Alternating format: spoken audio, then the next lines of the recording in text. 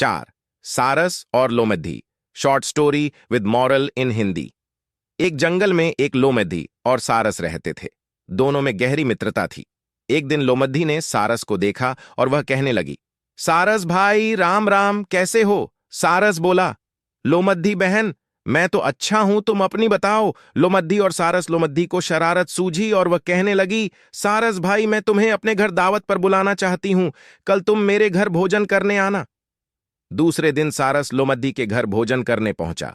दोनों ने एक दूसरे को राम राम बोला और फिर मीठी मीठी बातें करने लगे। कुछ देर बाद लोमधी 2 परातों में बहुत पतली खिचड्डी बनाकर ले आई और वह सारस से बोली, सारस भाई आओ खाना खाएं। लोमधी तो जल्दी जल्दी खिचड्डी खाने लगी, लेकिन सारस की लंबी चोंच में खिचड्डी ना आई।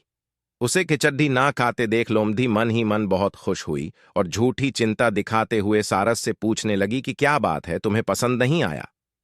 सारस लोमधी की चालाकी समझ गया और थोड़ी देर बात करने के बाद उसने लोमधी को बोला कि कल तुम मेरे घर खाने पर जरूर आना।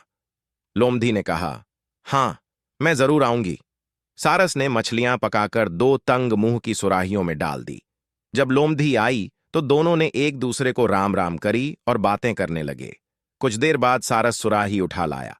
वह लोमधी को कहने लगा, बहन आओ मिलकर मछलियां खाएं। इतना बोलकर उसने अपनी चोंच सुराही में डाल दी। वह मजे से मछलियां खाने लगा। लोमधी का इतना बद्धा मुंह सुराही के छोटे से मुंह में जा ही नहीं पा रहा था। वह सारस का मुंह देखती रह गई।